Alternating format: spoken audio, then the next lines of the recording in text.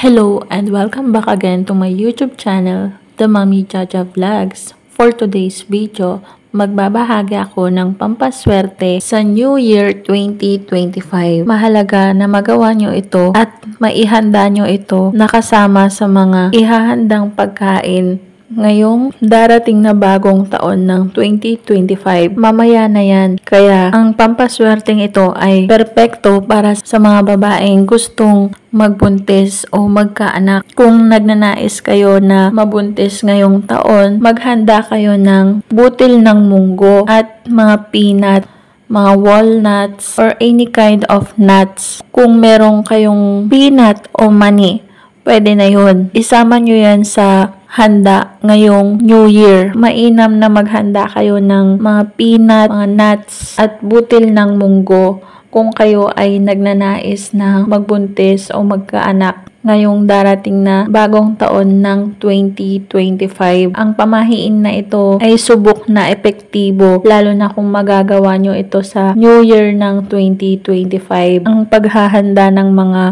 butil ng munggo at mga nuts, mga mani.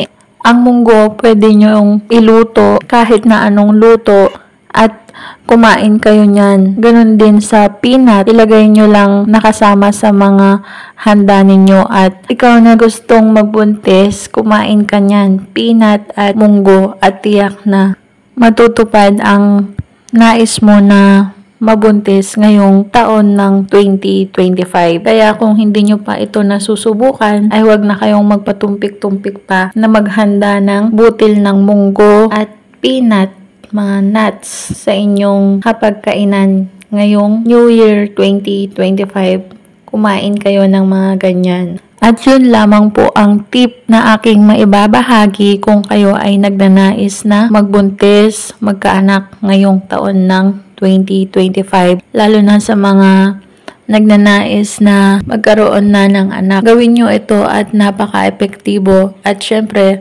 sasamahan pa rin ito ng matinding panalangin ng taimtim sa Poong May Kapal. Tandaan, ang mga ganitong pamamaraan ay magsisilbing gabay at pampaswerte lamang. Tanging ang ating pagdadasal sa itaas ang isang napakalaking tulong na makukuha natin para matupad ang mga kahilingan natin na ganito, na magbuntis o magkaanak. At yun lamang po ang videong ito. Kung nagustuhan ang videong ito, mag-like at mag-subscribe na para maging updated sa mga next video na i-upload tungkol sa mga pampaswerteng bagay-bagay.